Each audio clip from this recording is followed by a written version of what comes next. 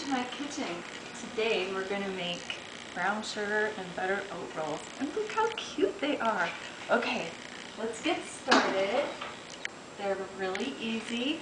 All we need is, we have 4 cups of warm water here. You always want to make sure your water is warm and not too hot.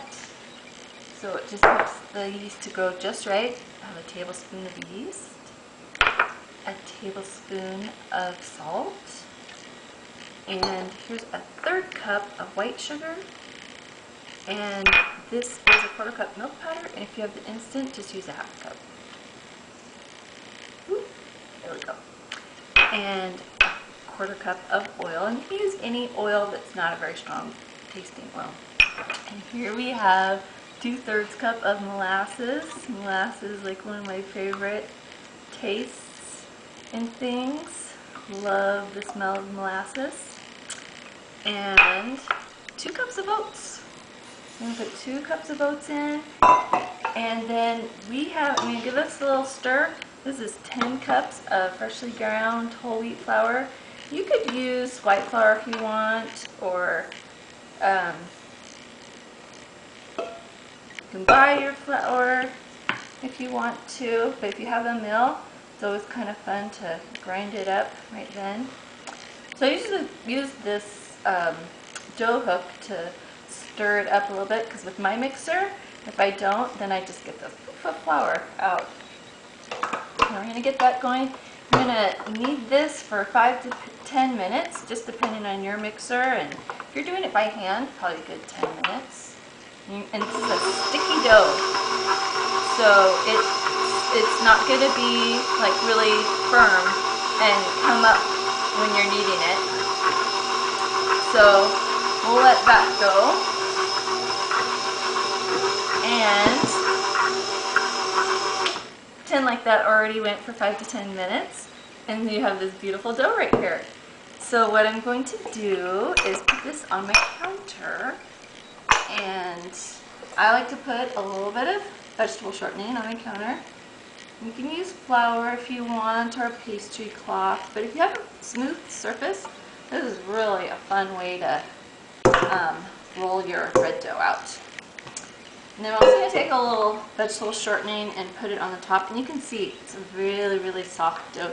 You can almost just press this out on the counter just as it is. But I'm going to give it a little roll. And I think probably that vegetable shortening kind of helped so that the roller doesn't stick. And then we're going to put the butter on, brush that on all nice. And I'm going to do some brown sugar on top of that. These are going to be delicious. A good sprinkling of brown sugar. This is probably maybe about a 1/4 cup per loaf. And then we'll just roll this up.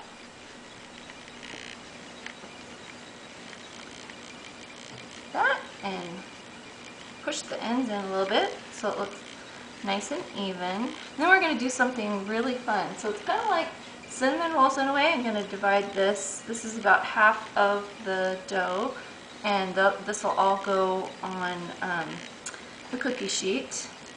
So I just divided up my dough, and we're going to take each little roll and we're going to layer it on top of each other, kind of like little coins. So we're going to do that on our cookie sheet with our silk hat, or you can brush your pan with oil if you want. So we're going to fill up our cookie sheet with these cute little rolls, and these are going to be so cute in my kids' lunches. And you can see how they turned out. I'm going to bake them for, let them rise for about an hour until they're double, and then cook them 350 for 25 minutes. And you get to eat these wonderful rolls. Oh, and when you get them out of the oven, brush them with a little butter. And this is what I forgot. Before you put them to raise. Brush a little butter on them, and you can take a little more brown sugar. That's just going to add just a little bit much more of deliciousness to your roll. So, this is so good. This is delicious. Enjoy your brown sugar and butter oat rolls. Thank you for joining me.